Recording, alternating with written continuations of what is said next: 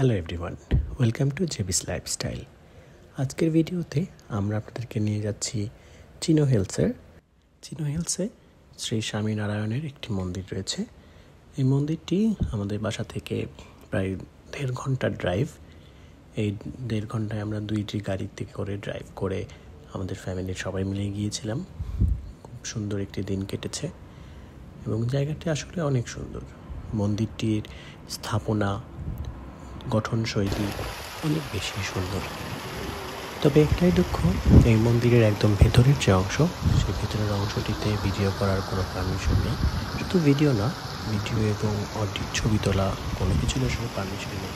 So এটা আসলে চোখে দেখেই বুঝতে রাখতে হবে।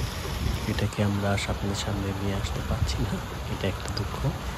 তবে যারা যেতে পেরেছেন এই জায়গাটাতে তারা জানেন যে ভেতরের দৃশ্য কতটাই সুন্দর।